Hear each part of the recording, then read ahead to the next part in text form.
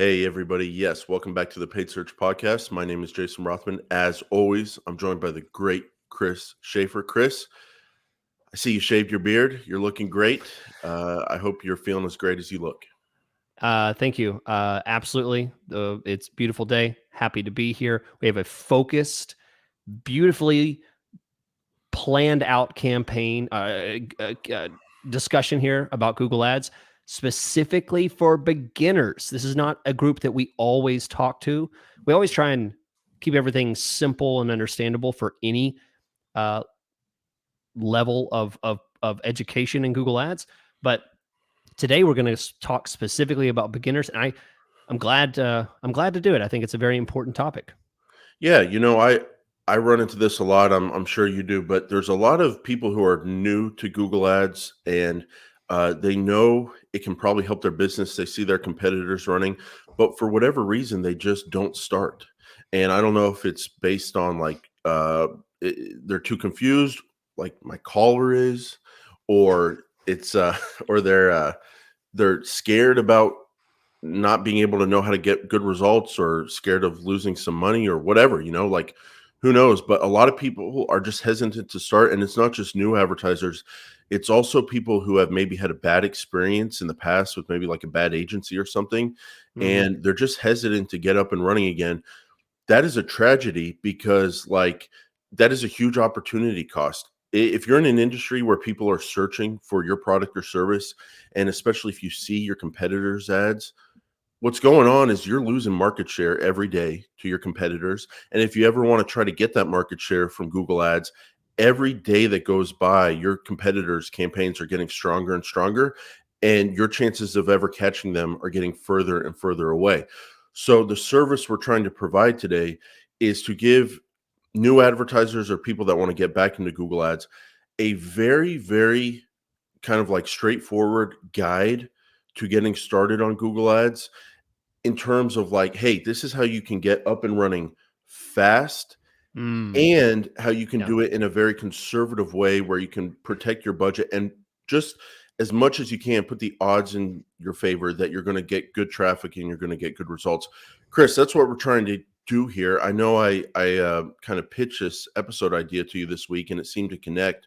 Do Yeah. you see that as well with like new and even former advertisers who are just, there's just a hesitation? Do you experience that sometimes? This is such a timely episode for reasons, I mean, you didn't even know. I mean, I had a gentleman that I've been working with, and literally just this morning, he emailed and just quit Google Ads. He's like, Wow. he's not comfortable with it anymore. He had we started with one campaign and then immediately shift gears and then tried to shift gears again. And, just a lot of, I think you said it right on the nose: confusion, Mhm. concern, worry, unknown about, what to expect, what's good, what's bad. I mean, that is absolutely the case. And it was a very first time advertiser, very first time he had Now, done it. So how long had he been running? literally like a week and a half, like Okay, 10 see, days. we're Yeah. gonna get into it. The first thing we're gonna kick it off here with, when we get started, is how long you should give yourself to have a chance at success on Google Ads. And Hmm. obviously, I've got a very clear number in there that I'd be curious if you agree with. But obviously, it's more than a week and a half, Yep. and that is the absolute tragedy. Because let me ask you, and again, we didn't talk about this before the show. I didn't know this, Nope. so I'm Nope. curious. Is he in an industry that is definitely being searched for on Google? And does he have competitors whose ads are up and running? Oh, absolutely. Very, Wow. it's yeah, very, very, very popular, very well known, established, and I can go into maybe at the end of the episode a little bit of discussion about maybe some of the traps that not necessarily he fell into, but many people just like that fall Yeah. into. But yeah. Yeah. And that's the thing. It takes more than a week to work, but Oh yeah. it can work. And that's what we're going to try to do today. We're going to try to give people a guide for kind of like an easy setup on Google Ads, and a very conservative and safe setup to try to put the odds in their favor. So that's what we're going to do. Let's just let everybody know what we do here. We got a big thing going on here, but we have a lot of new people every single week. So we're a podcast. We do this every week. Every Monday, new episodes come out. We're on YouTube now. Just search Paid Search Podcast. We're back on YouTube. And then I want to let everyone know about the PSP Facebook group on Facebook. We get a lot of people signing up there every week, and anybody can join. So just find that on our Facebook page. And it's a way to ask fellow advertisers questions and Yeah. connect with people And who are also in the space. And if you're a new listener, you wouldn't know, but Jason and I are just professionals in the Google Ads universe, but don't work together. So the great thing about this show, if you're new, um, is this is two professionals' opinions that have no joint effort in convincing you to do a certain thing. We each work freelance on our own. So, this it's a great way to get opinions from two different people who don't necessarily agree on everything. Sometimes we disagree on things. It's if it is your first time listening, I think you'll find some great knowledge in many of our 300 episodes that we have out there. Yeah, so thanks for joining us and subscribe and stick around. So, Chris, why don't you tell us about Optio and how Optio can help Google Ads advertisers, and then we will jump into the topic. Yeah. So if you are a newcomer to Google Ads and you're maybe not even running ads yet, you're still thinking about it, you're exploring it. This is your way of considering trying it out, listening to people talk about it. I have a great offer for you. This is from one of the I think the best online software for Google Ads management that there is, period.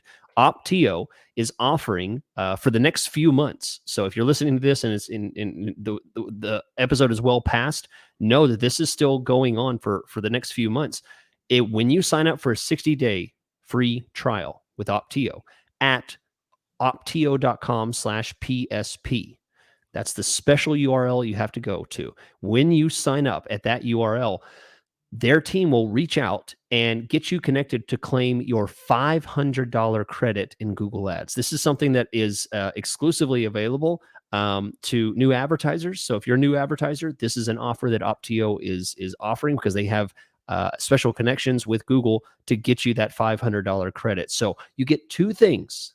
You get a 60-day free trial, which is twice as long as everyone else gets, and you can get a $500 free credit in Google Ads. No reason to not try this out. Free money and free credit. It's all great.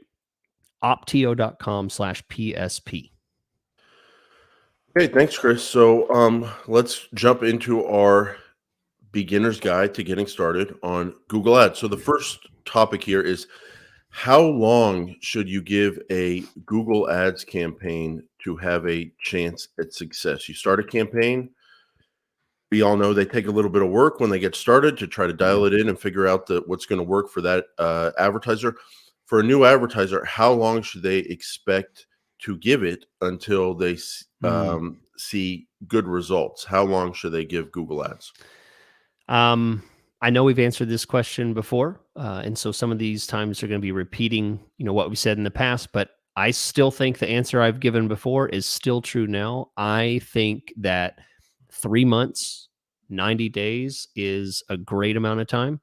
You say, well, what's magical about 3 months? There isn't anything magical. It's just that I see a pacing.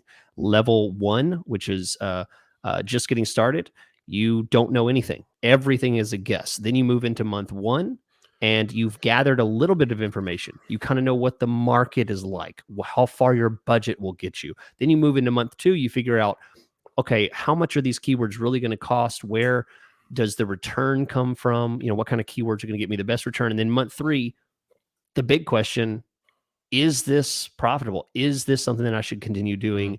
And should I return to Google Ads, month after month? Is this something that's going to drive value for my business? That usually comes after month 3. So that's why I personally think 3 months is a great time period. Yeah, I'm gonna agree with you on that. I used to kind of be cocky and say 1 month. I think because Google Ads has gotten more complex and there's more options and all that, I used to say 1 month. Now I've changed that to 3 months. I do think it takes 3 months to kind of dial it in and find success. Um, but I'd say 50% of the time when a professional is running it and knowing what they're doing, you can get success in the first month. I think that's It's true. just a Yeah. degree of success that we're talking about. And I don't think it really takes a full 3 months, but I like to have that kind of padding in there because sometimes it does. Hmm. And so I'm in agreement. 3 months is kind of what I would look at in terms of how a new advertiser should think about getting into Google Ads. So that brings up our second topic here, and one of the biggest questions, Chris, from really any advertiser is what should my first month's budget be on Google Ads? What should my monthly budget be? People put a lot of concern Yeah. and thought into this. Don't know if they necessarily should. It's not that complicated. It's That's a very good point. flexible, Yeah. but kind of Yeah. speak to that. What would you tell a new advertiser when they ask you, what should my first month budget be? So if you're a business, there's certainly new businesses.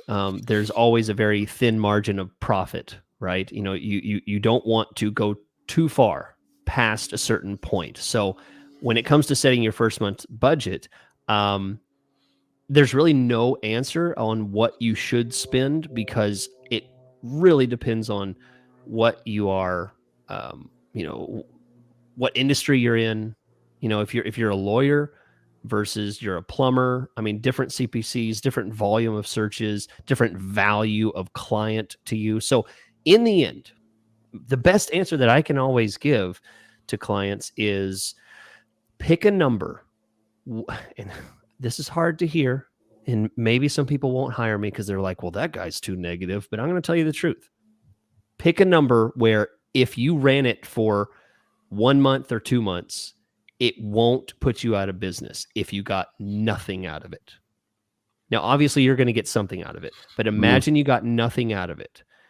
Pick something that won't put you out of business, but will bring enough impact that you can learn something from it. So if you expect your CPCs, your cost per click, to be $3, then $500 will get you pretty far.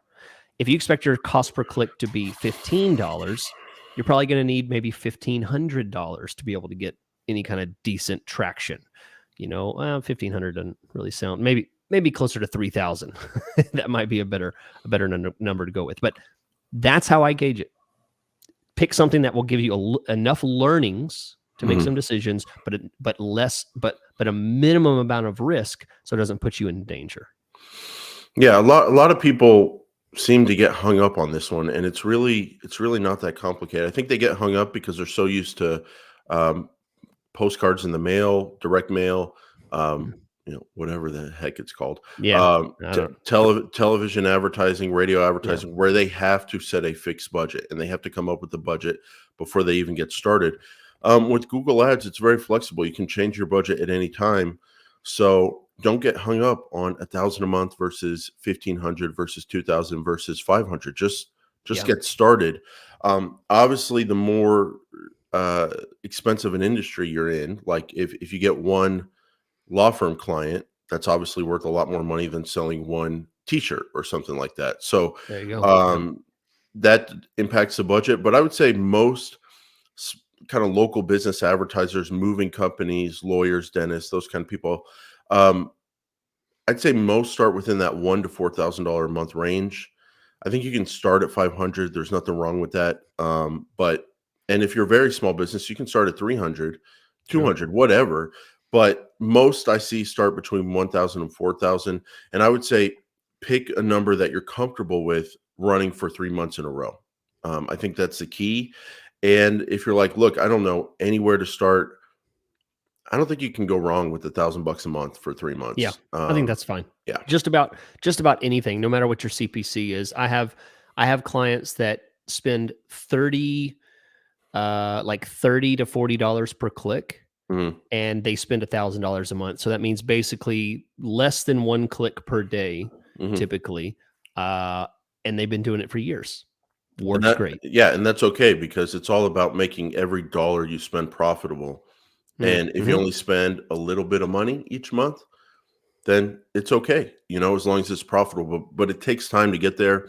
We call it about 90 days. So have something you're comfortable with running for 3 months. And also keep in mind, say you're not a new small business advertiser, but say like you're new to Google Ads, but you're some huge B2B company, and you want to put a real budget to it. Say you put in $5,000, $10,000 a month to start, and you're like, well, what if it works great? We don't want to be stuck at 5 or 10,000 when we could spend 50,000 a month. We don't want to be stuck with that for 3 months. Well, great news. When I say very flexible, you can change it at any time. It takes 10 seconds to change the budget. So if you go for 2 weeks at $5,000 a month as a big company getting into it, and you really like the results, then you can easily change that to 10,000 a month pace, 15,000, 20,000 a month at any time. So you're not married to the 3 month thing, but it's kind of a guideline. And if at any time you want to get more aggressive sooner, you can definitely do that. And so that's how we kind of think about where to set your first month's budget. Chris, let's talk about a couple items that people maybe would not think that they would be as important to talk about.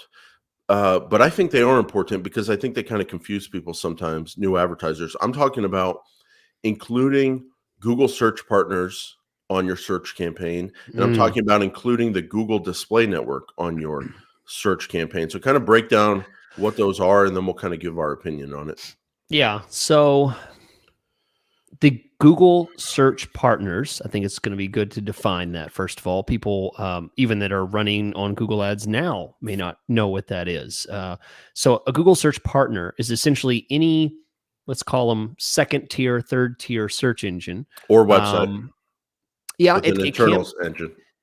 with an internal engine. Good point. It could be something, like the New York Times might have a search engine inside of their website, and then it can show ads. So any site, search engine site, whatever, that has a search engine, it can show Google ads on that search engine.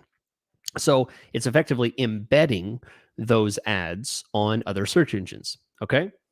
Not going to say whether, I think it's good or bad. It's all up for interpretation. The other thing is the display network. The display network is just a term essentially referring to everything else other than google.com. When you're browsing a blog, looking at the weather, there's those ads that pop up, about internet available in your area, or, mattresses for sale and stuff like that. Or whatever Those you are were just looking at 5 minutes ago. exactly that is a display ad. They can be very targeted or very generic. Probably didn't click on those very much, right? Most people don't. You just see them and ignore them. Very rarely do you click on them.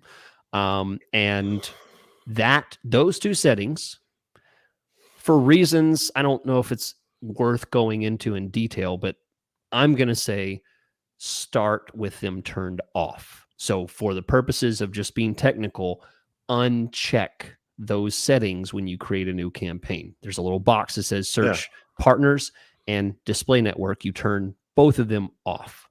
Yeah, and just to add a little bit to that, when we say Google search partners, you've got google.com, which is what you think of when you think about advertising on Google. And then those search partners, like Chris said, it's other websites that have search engines on them, whether they're smaller search engines or websites with internal search engines.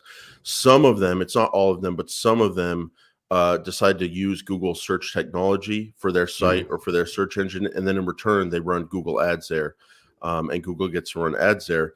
And then those display networks, it's not every website's display ads, but many, many of them choose to run Google ads, display ads on their sites. And where you can see if this is turned on or not, if you go to settings on your campaign and then go to networks, you'll see search network, and then you'll have a checkbox next to include Google search partners on or off, and then display network, include Google display network on or off. As far as search partners go, it's still keyword based. So just like you target keywords on google.com searches, you're still only showing up when people on these other websites or other search engines type in your keywords or searches that trigger your keywords. And then as far as the display network, as I understand it, Google just decides when it would be a relevant site to show your ads based on your keywords. And here's the deal. most of the time, if you go to your campaigns, it's segment out by network. You'll be able to see how much traffic is coming from search partners, how much traffic is coming from the display network if it's turned on a search campaign. Most of the time, a very, very small amount of traffic goes to search partners and a very small amount of traffic goes to display network. However, sometimes in some industries, in some accounts, we've seen some weird things where you turn on a Google Ads campaign. I've seen this recently, Chris, and all the traffic goes to search partners. Yep. And sometimes you get more than you would expect on the display network. Sometimes it's only 50-50 on search partners. Often it's only 5 to 10%. Sometimes But it goes up and down sometimes it changes. unpredictably. And Yeah. you don't really have any control over how much it shows on the display network or on search Yeah. partners. So the reason why I would recommend turning it off to start is because if you're a new advertiser, if you're worried about your budget, you want to advertise where you think you're advertising, and that's google.com. And you want to have that clean data. So you don't want to get like a search partners click that cost a fraction or a display click that cost a true fraction of a search click and then have that mess with your data. I just like adding that stuff in there once you're confident in your campaign and you have a reason to add it. Like, oh, I'm maxed out on Google. I want more volume. Or I know what the search partners is. I want to experiment with it and see if I can get cheaper conversions from there. We're talking about people that don't even know what a conversion is. So that's why I like kind of turning those off and just really sticking to google.com. And then you can learn about what those different networks are and add them on in the future if you want to. So Chris, do you think that kind of covers partners and display network? Yeah. Yeah. So I think from here, I mean, you're already on the right track. We've talked about settings a lot. Let's keep going down the track of some of the settings. Yeah, so one of the most important settings, and again, this is on settings, and then you go to locations, is your location setting, where your ads show. So before we get into advanced stuff and different options around that, Chris, why don't you just speak to how you have that discussion with the client when they're like, "Hey, you know, we're in the city of Chicago. We do HVAC in Chicago. You know, where should we target? Should we target planet Earth? Someone told me we should do that. What do you think, Chris? What do you have? What do you say when someone Well, says that to you? yeah, maybe a little more specific than just planet Earth, but yeah. So location is the let's say that's the sight line of where your ads are going to go, right? The keyword is the bullet that's going to get you there. Okay, so in order to show up in the right place, in order to target your ads in the right place of the world, you need a location that targets you. So here's the general idea. You say, well, okay, well, I'm just going to target, these two zip codes. Hold on there. I know that you may want to show ads in those two zip codes, but there's two reasons why that's a bad idea. First reason is people move. People change locations Throughout the day. constantly. Yeah, they're at work, they're at home, they're at the gym, they're at a restaurant, they're searching all around the Chicago area, right? So do not just There, choose zip yeah, codes and yeah, assume that that's where all your customers are at. Um, yeah. what is it? I know something's boiling in your head. What? No, it's just we've never talked about it before, but people yeah, I don't want to get into it, but my point is people are on mobile and they move around in a lot of different locations throughout the day. Oh, so So much more than yeah, I mean, jump back 10 years ago when iPhones were not the primary source of clicks. mhm. Our mobile phones, smartphones were not the primary source of clicks 10 years ago in Google Ads, and now they are. I mean, it's typically Well, 70% of your traffic comes from mobile for most campaigns, I would say. and you mentioned zip codes. Like imagine someone works in downtown Chicago, Yeah. and let's say they're up in their tower, and then they go down to the street level for lunch, and they walk like a 5 or 6 minute walk over to get some deep dish or whatever, you know. Mhm. And Mhm. what if the zip code line just totally ends right between that 5 or 6 minute walk? It's like you're going to miss Or that great traffic. or how about this? Tippity tap, tippity tap, right? That's someone tapping on their keyboard, right? That's the sound of it. They're on their keyboard, on their computer. They're on the Wi-Fi network of their tall tower. Okay. They then stand up, walk downstairs, pull their phone out, Now they're on the Data. Verizon network or AT&T. They've completely changed IPs. They've completely changed quote unquote locations, even though they're physically in the same location. Those could be treated completely differently simply because they've changed their IP address, their, the location of the device that they're using, how it's connected to the internet. That alone means that you need to target a wider area than you Wide. initially So think. wide is the key word there, if you will. I think what we run into when we talk to new advertisers is they get laser focused on a very, very small amount of zip codes or a very, very small list of towns right around their city.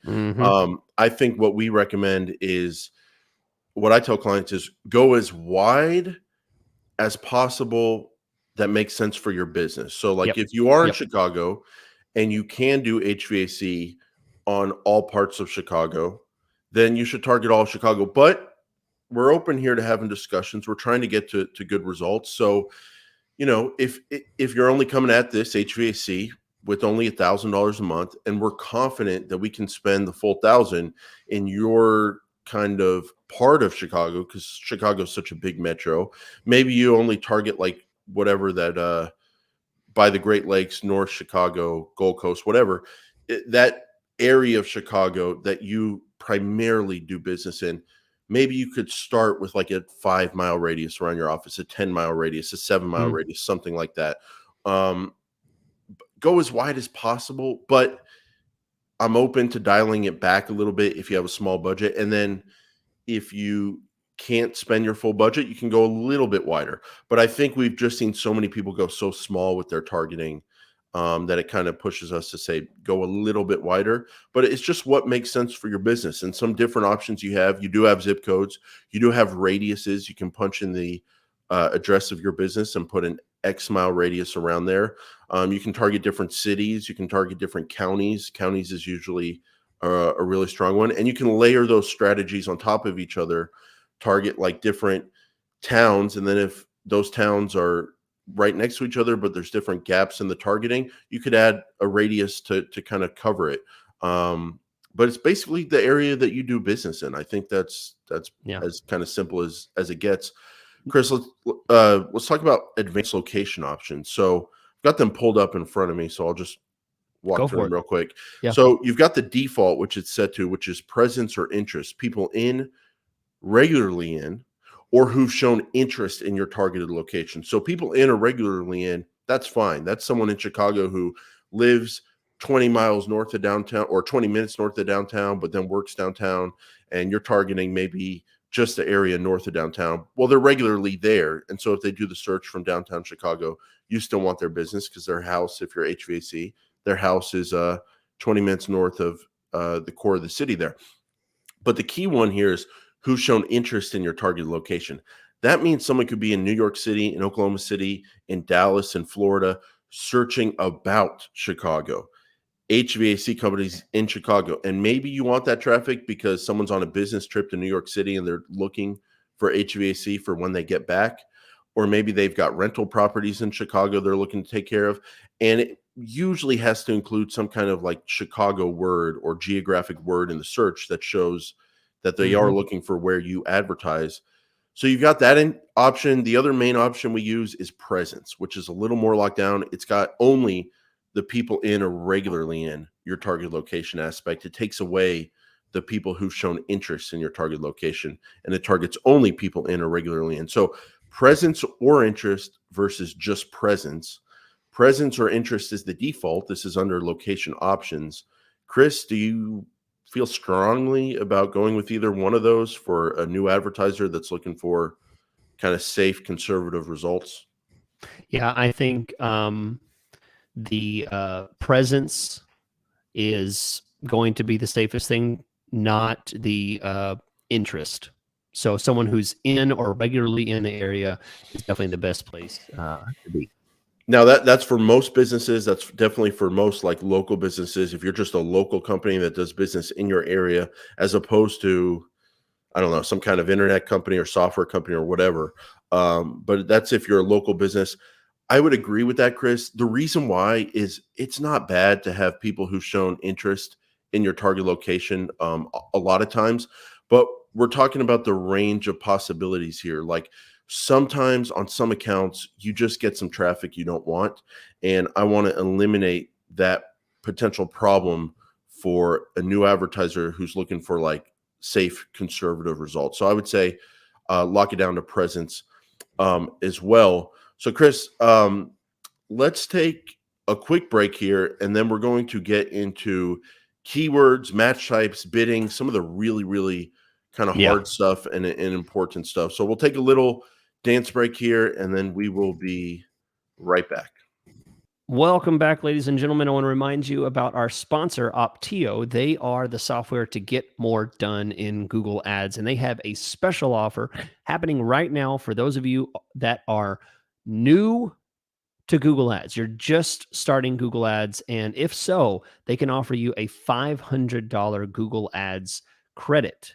And this is for those that sign up for the optio.com/PSP offer. So you get a 60-day free trial with Optio. Then you can get a $500 credit in Google Ads. So we're talking lots of free offers here. And just wait, for those of you that maybe have a campaign that's been running for a while, you're not eligible for that $500 credit, you can still take advantage of the 60-day free trial at Optio. That's optio.com/PSP. This is happening for the next few months. So if you're just listening to this and hearing it and you miss this opportunity, wait, it still may be available. Check it out at optio.com/PSP.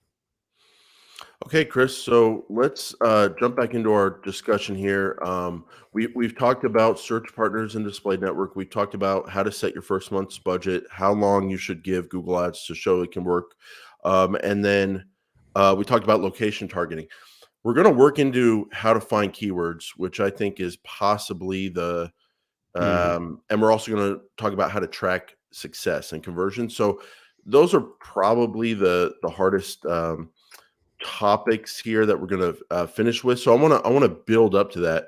Let's talk about bidding. I've got a pretty easy way new advertisers can set their bids. We're talking about how much you should pay for your keyword clicks. Let's say you have no idea about what a keyword bid should be for your industry. Chris, are we in agreement here? What new advertisers who don't really know where to bid should start with? Probably so. I imagine so. I was, before I even looked at your notes, I was gonna say automated bidding, max clicks. That's absolutely, for me. If you are just a straight noob at Google Ads, don't know what to do, start there. I even say don't even put a max CPC bid limit. Don't hit that little checkbox and say $5 max bid limit, because I agree, here's because you're going to go too low. You got to trust the exactly. system here. Exactly. I want That's to exactly throw what I was going to something say. today, but I'm not going to. We are so But in Chris, sync. I've seen people who get in there who do maximize clicks, get the most clicks possible for your budget. That's what that automated strategy attempts to go for. That's what it's set to go for. And then they come in there and they check that set max cost per click bid, and they put in $1, and their industry average is like $25 or something, and they don't get because traffic. they heard their friend say that he's getting amazing leads for 15 cents a click, and he thinks he can do the same thing, and he doesn't have any idea that his friend's agency is absolutely lying to him, about the conversions he's getting. So yeah, I mean, start with an open mind. Start with an open mind. And also understand the power of Google Ads.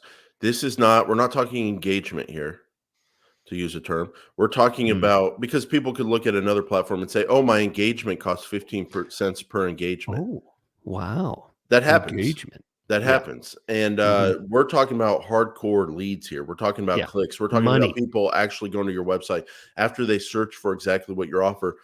It's super valuable. And so, yeah, trust the system, put it on maximize clicks. That's the name of the bidding there, under automated bid strategies, maximize clicks, set bids to help you get the most clicks within your budget. And so then the system, what it does is it looks at, this is all automated. It looks at your budget, it looks at your keywords, and it determines your area and if your you're schedule. In Chicago or you're in some little city, it's going to be different. It's going to be different. And the system will try to get you the most clicks possible for your budget.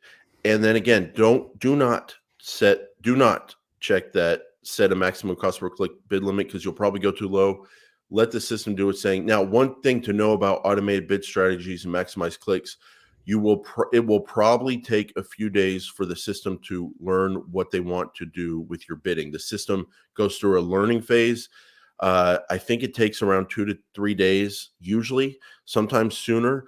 And possibly what you'll see under your campaign page, I'm just going to go there now, Chris, so people can know what to look for. You're under campaigns, and there's a column called status. I think you might see a learning status in there. And that means the system's learning what to bid. And then all of a sudden, 2 to 3 days in, assuming you're targeting keywords that get search volume, you'll start to see your cost per click really come up to a level that's where it needs to be to get clicks to spend your budget if it's possible. And if you've got keywords that people are searching for in an area that has enough volume, then after 2 or 3 days, the system will probably start getting you some volumes. You'll see clicks come in, and you can let it do its thing. So it's very simple, and it's a great strategy for people that really don't know what the cost per click should be in their industry. Chris, I told you we're going to build up to it. Let's talk about match types before we talk about keywords. We got 3 match types: exact match, phrase match, broad match. This is not really the episode to get into what those different match types are, because that's a big discussion these days. But is there kind of a clear thing people should be thinking about in terms of broad match? Yes or no? I'm stepping out here. I'm going to say newbie just getting started. You're not going to hit the target on day one. Okay. So don't aim for it, right? Don't use a rifle when you don't even know what you're shooting at yet. I'm going to say go with the shotgun approach and broad match keywords, max clicks. That's what I suggest, because I'm looking at a good looking guy. I know. Can we get a flex? You gave me one earlier. You're looking strong, Chris. Well, just so you know, you look like you're in great shape. Oh, thank you. But but honestly, before we started today's show, you were not the person that I know. You were out of character. On top of that, you've shaved, which the Chris Schaefer from a week ago told me you're never going to shave your beard. So did I say that? Oh, okay. I don't know what's going on with you. I think you might be some kind of simulation or clone or fake person or an imposter right now, because for Chris Schaefer to say maximize clicks, automated bidding, I know, and broad match with a big smile on his face, it's just I did not expect that was coming, because you can see my notes here, Chris. I was going in the exact opposite direction. I know. Keyword exact.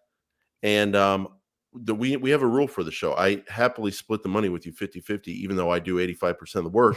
But for that, I want compliments, and I want you to agree with everything I say and make me feel good. You're not doing that when you give me a different strategy here. Let me lay out my... Hold on. People who are finding this episode are probably new to the show. They don't get this stuff we do here. And we'll dial it back. Dial back the jokes.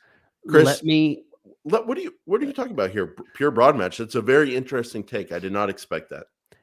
Let me ask you a question. New advertisers, do they tend to pick too narrow of, let's say, exact match keywords, or too broad of exact match keywords? All right. Well, I'm not going to agree with you for the sake of agreeing with you either. Some of them go way too specific. I think you see this with your B2B campaigns, and people talk too much in industry language and stuff. But you know what, Chris? I work with a lot of B2C campaigns and B2C advertisers. Okay. They go crazy with their keywords. If they're in the moving business, they put in the letter M, because that's what moving starts with. And then people that I see go crazy with being too broad and too generic. So I've seen it in both ways. Okay. So my suggestion is, because they tend to choose exact match keywords that are just absolute trash because they're so long, they're so specific, they're so obscure, they're not relevant.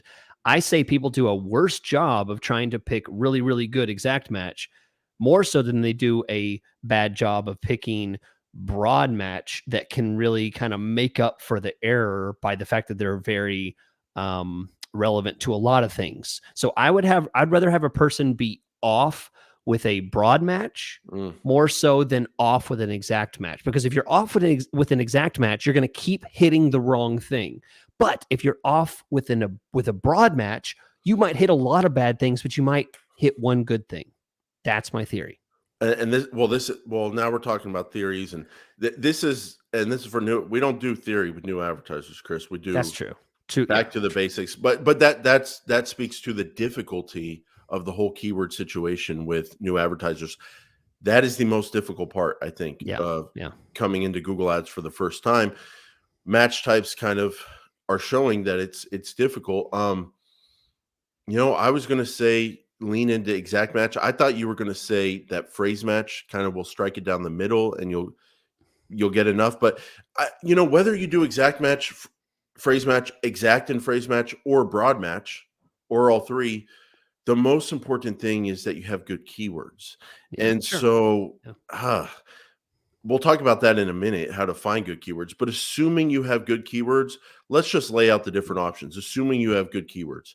With broad match, you're going to show up on keywords that are those searches, along with things that Google thinks are related to those searches and relevant to those searches. Now, some of that traffic will be, some of that traffic won't be. You can judge it with something called search terms. And if you just Google Ads search terms, or go to our podcast channel and look for search terms in our channel, you'll probably find some stuff. It's a very important thing to know. Search terms are what people actually type in Google.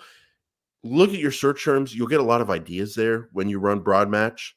And then if you run exact match, you run the risk of not showing up and not spending your budget and not getting volume if you go too narrow with keywords that aren't really searched for.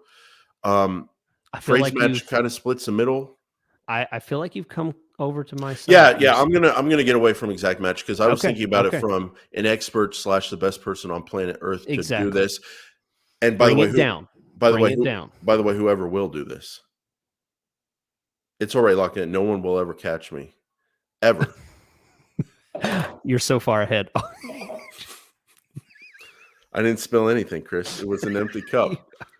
It was an empty cup. That would have been amazing if you would have. No one's going to catch me. And then you spill Coke all over your computer. The whole thing fries and you shut off, and that's the end of the episode. Like I told you a few weeks ago, Chris, 25 Post-it notes only leaves enough room for 1, 2, 3, 4, 5, 6, 7, 8, 9, 10, 11, 12 drinks.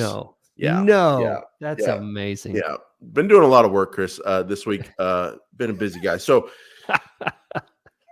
let's talk about match types. Man, okay. I'd say if you only go exact match, you are going to go too small for a new advertiser. So scratch that. But that's not to say you can't have good exact match keywords in there. We're open to that. And then your choice really is, along with some exact or with no exact, whatever you want to do.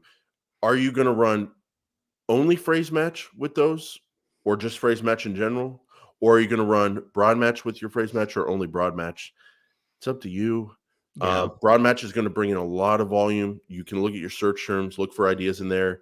I'd say if you really do feel like you've found some decent keywords, maybe you did a consulting session with a pro and to come up with some keywords that get volume. Maybe you know how to use a keyword planner and you found keywords that do get volume.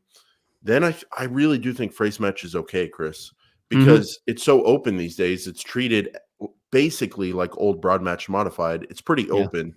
But the key is to get good keywords. So that's kind of our thoughts on, I guess where we should leave it on exact match or match types is, don't just run exact match. Don't do that. That's going to be too locked down for a new advertiser. Yep. Definitely, I would say run phrase and maybe be open to running pure broad just to see what kind of volume you get. If you're trying to find some good keywords, you can look at your search terms list. So Chris, that leads us to our next topic here. How to find a good set of no-brainer, high-value keywords you can't get hurt with. Oh my gosh! How do you do that? That is the. I say you hire one of us at that point, right? I mean, all right. So how to find good keywords that have some volume and some relevancy? We'll balance it that way. How do you find a set of good keywords with relevancy and with enough volume?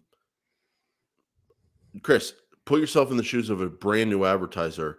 You aren't in contact with the pro. You want to do it yourself. I've got some ideas on how to do it. What would you say? I don't think it's possible. Quit now. I think if we're talking about beginner Google Ads guide, Well, then and you're how would you and find your you're keywords? and you're trying to think, how can you not get hurt? I'm gonna say change your frame of risk, because your tolerance of risk is too tight. You're going to waste money in Google Ads for a season. That's it. I I'd be curious to see what your thought is on it, but no, Well, so what do you think people have to do then?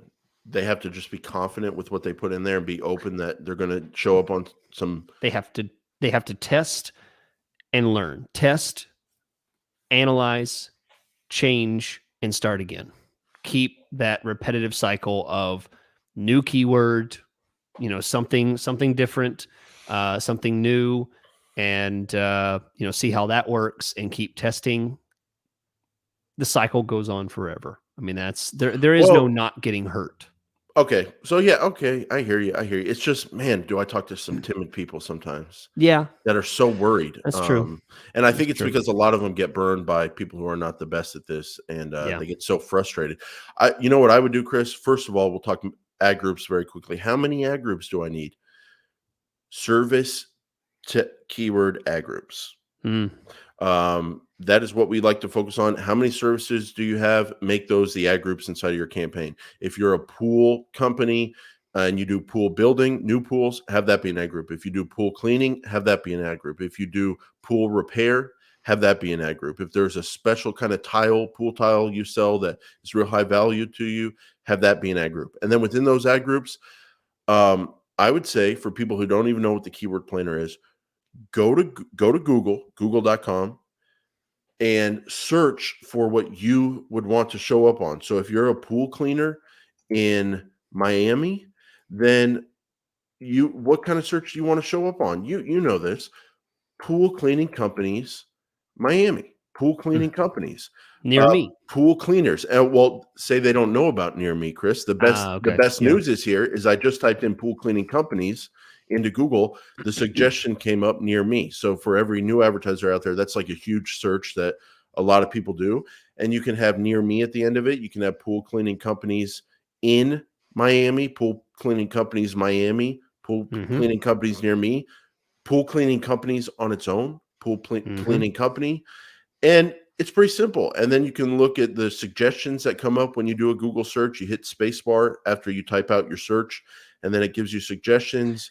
And And then at the bottom, there's related searches where you can look for keyword ideas there as well. And think about the kinds of searches that you want to show up on. It's pretty much that simple in my view. and to contrast what Jason's saying here with what I said before about exact match, the example that I find that people usually do, they don't do something smart like what Jason's talking about. What they would do with exact match is they would just have the exact match pool or pools, right? That's what they, or cleaners, or something like that. They would have those as separate exact match keywords. That's the experience that Yeah. I have had. And that's why it's better to start wide, pick smarter, more contextual keywords, leave it open, and then over time, narrow, narrow, narrow. That's the goal. Yeah. And just as a business owner or as an employee working inside the business, again, ask yourself what searches you would want to show up on. How would people find you in Google? It's really not that complicated most of the time. Just do searches yourself and say, like, oh, this is something I would want to show up on. This is how I would think customers search for me. Then with Google suggested searches, when you type it in the search bar, and then the related searches at the bottom of the results, you can find some good ideas and you can go, oh yeah, so people search pool cleaning companies Miami, but they also search like a bunch of cities around Miami. Cool. We'll add those into our pool cleaning ad group.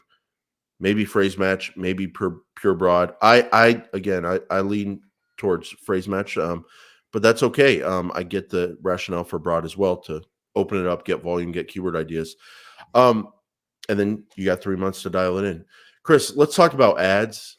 Again, we're trying to make this simple for people. Doesn't have to be complicated. How about this? One responsive ad per ad group. Just get started, fill out a responsive ad, put in a bunch of headlines that are related to your keywords that advertise things about your business you want to advertise. Put in your descriptions. All you need is one. It'll work. Is that too simple, or is that pretty good advice for ad creation? No, I think that's perfect. One thing I would throw in, very common mistake for beginners: don't put your company name in there. No one cares. If you're Frank's Plumbing, don't put Frank's Plumbing. No one freaking cares what your name is, Frank. They just want to know if you're in their area, if you do good, if you're licensed, if you're insured, put stuff like that. Don't put Frank's Plumbers. Sorry. A little Yeah, no, passionate. yeah, it sounds like you're passionate. Yeah. We do have 15 slots or whatever for headlines, so Yeah. people like their But businesses, Chris. You But you may know not what like Google's going to Frank's do? Plumbing, You but put Frank's Plumber, and it's the most relevant. You're going to get. Google's going to pick it for yeah. 90% of your headlines. For that responsive search ad, and then now you have 1,000 impressions that says Frank's Plumbers. We're keeping it simple. We're keeping it simple. Just And the key thing is, don't get caught up on. I think early on, I don't think you need to get caught up on testing ads, on the other kinds of ad types. Responsive ads it's gonna really open things up for you, and it'll ensure that you show, or you're eligible to show on your searches. So with that, let's talk about extensions, Chris. There's something under the ads area called extensions. These are different parts that can show up, different parts of the ad that can show up under your ad copy or around your ad copy. For lead companies that are looking to generate leads, forms, and calls, definitely the call extension. You can put a schedule on that to run during the times you can take calls.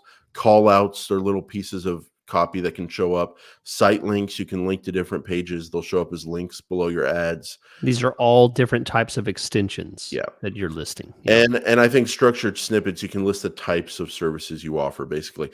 And they're just listed there as to make your ad a little bigger.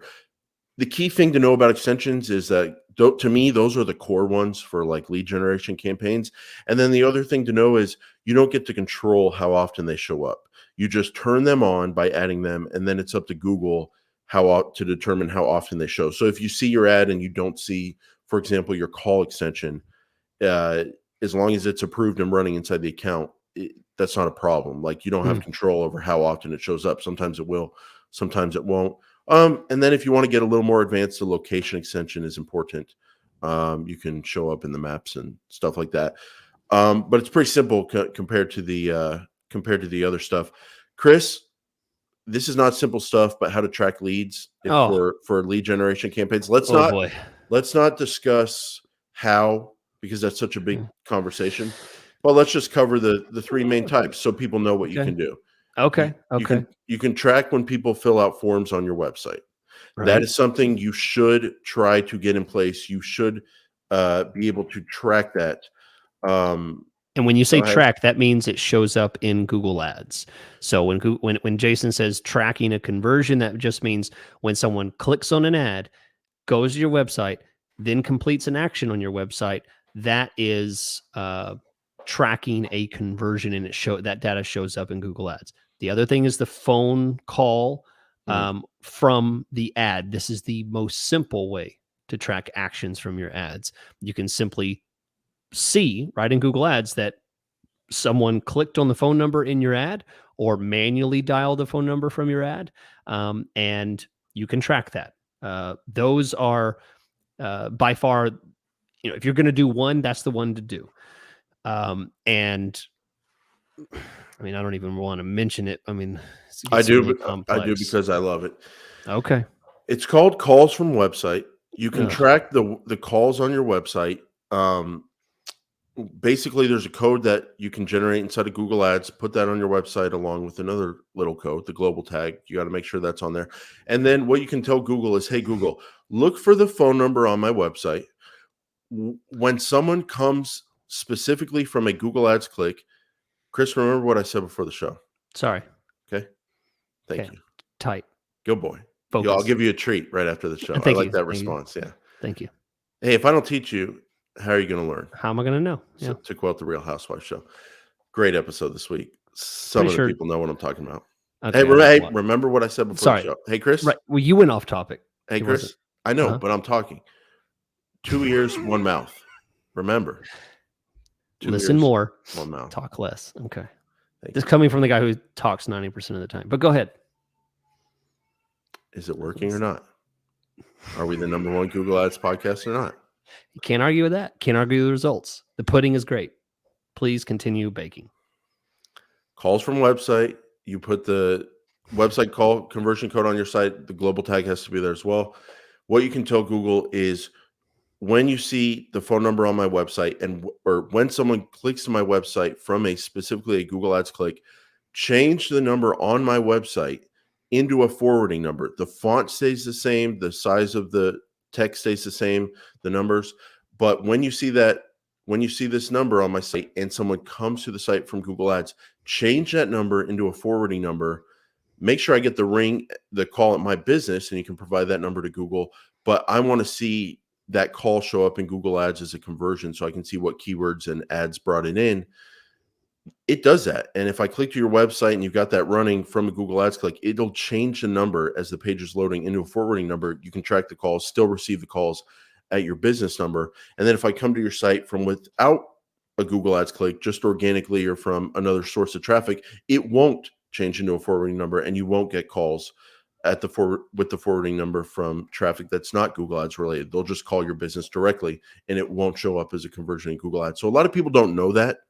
And basically what it does is it closes the loop. You can track calls from ads, calls from websites, and lead forms. And if you're trying to get calls and lead forms completed, you can track everything. So it's possible, and you can dig into that if you are curious. So Chris, I think we gave people a pretty good guide here for a beginner's guide to Google Ads. Let's say they don't want to do it themselves and they want to hire either the best Google Ads provider on the planet or the second best manager on the planet. Why don't you tell them how you can hire one of those, and then I'll tell them about the other one. Okay. Well, ladies and gentlemen, if you would like help with this, I just so happen to publish on my Patreon feed a video that explains how to build Google Ads campaigns for beginners. It's called the Fastest PPC Build. Just published it this past week. You're gonna like it. It's great, very informative.